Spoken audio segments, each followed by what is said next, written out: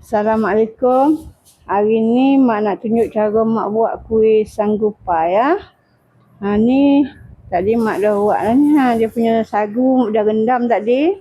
Lepas tu dah toskan air dia kering. Ada bubuh dalam ni, bubuh bukan macam ni je lah. Senang.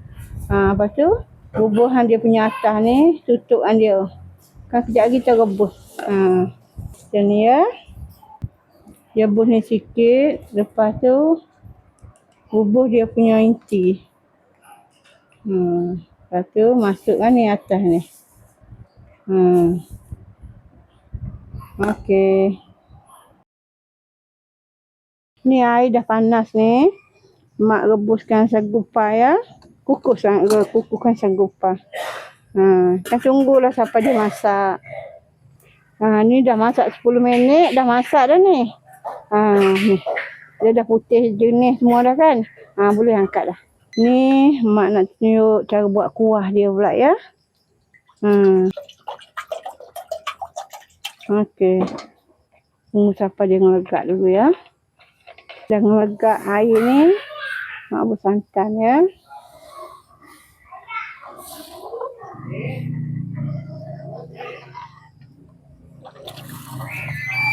Satu kotak santan ni lah.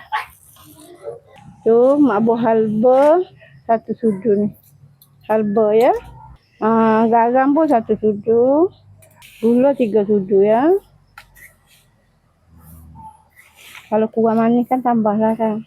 Tapi dia ni tak perlu manis sangat. Ni mak bubur daun pandan ya. 1.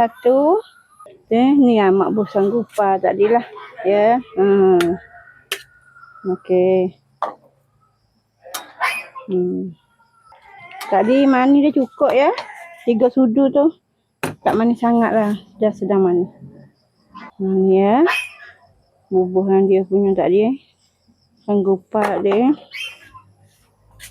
Okey. Ni dah siap dah ni. Mak tutup api dah ya. Dah masak dah.